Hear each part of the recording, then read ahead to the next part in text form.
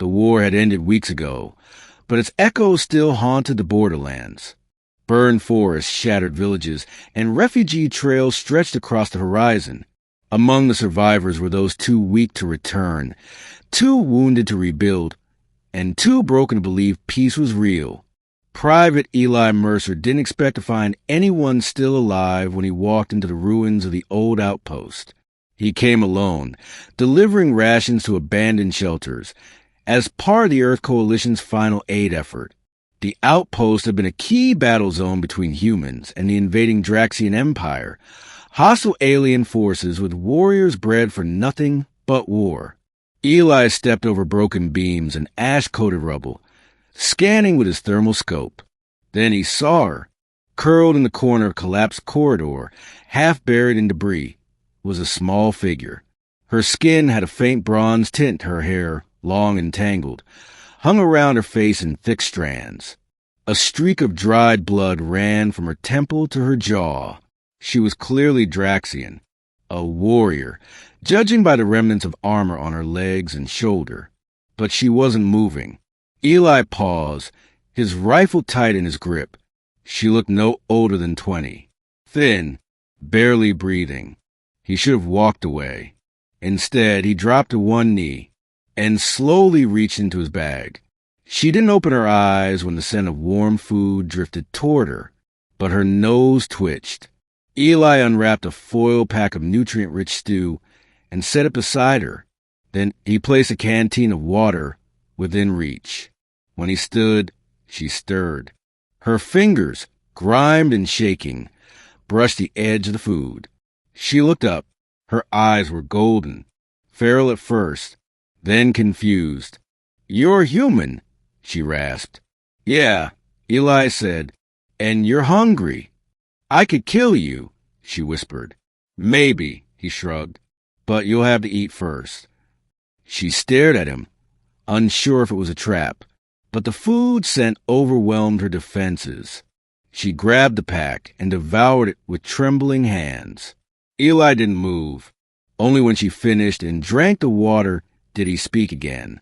"What's your name?" She blinked slowly. "Why does it matter?" "Because I'm not going to call you Wounded Alien Girl forever." "Kayla," she said. "Kayla Teraya Drax." "Nice to meet you, Kayla." "I'm Eli." She looked at him a long time. "Why did you help me?" "Because you're not dead yet," he said simply. "And I don't like leaving people behind." Kayla passed out soon after. Eli built a small fire in the ruined barracks and set up a shelter from what scrap materials he could find. Over the next few days, he stayed with her, fed her, treated her wounds. Never asked for anything. She remained suspicious, then curious, then confused. Every Draxian she had known would have left her to die if she was weak. But Eli stayed.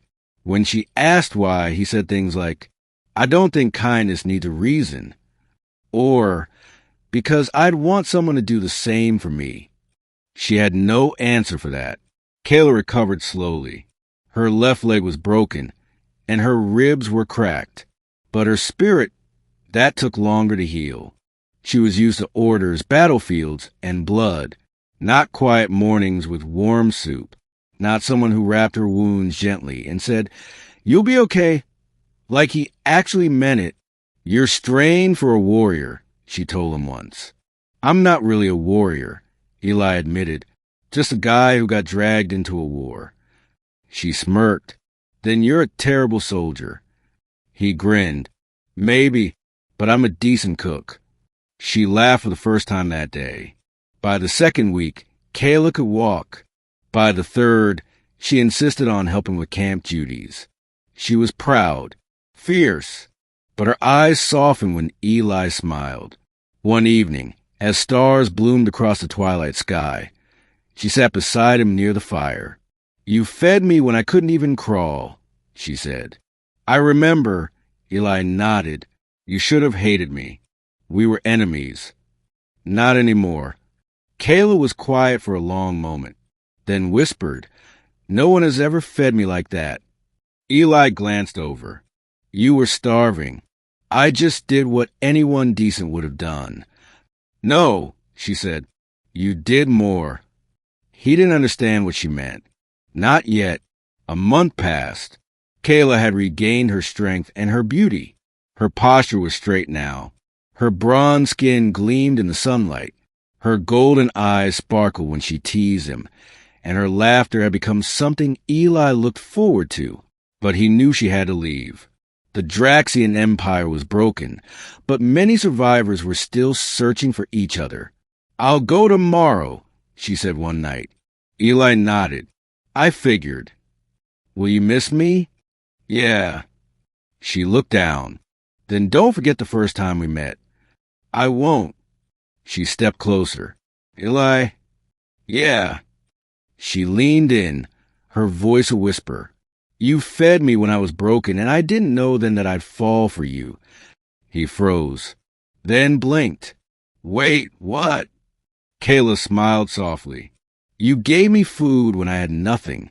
That kind of gift, that's not forgotten among my people. It's considered sacred. Sacred? She took his hand.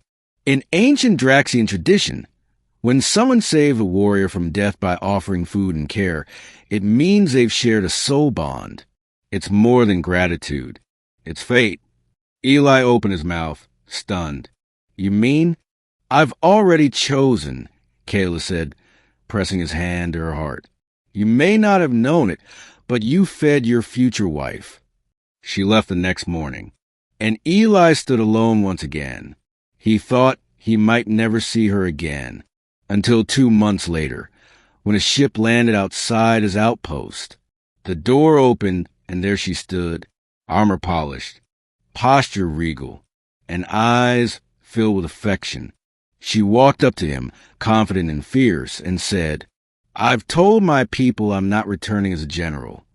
He blinked. Then who are you returning as? She pulled him into her arms. As Kayla Mercer,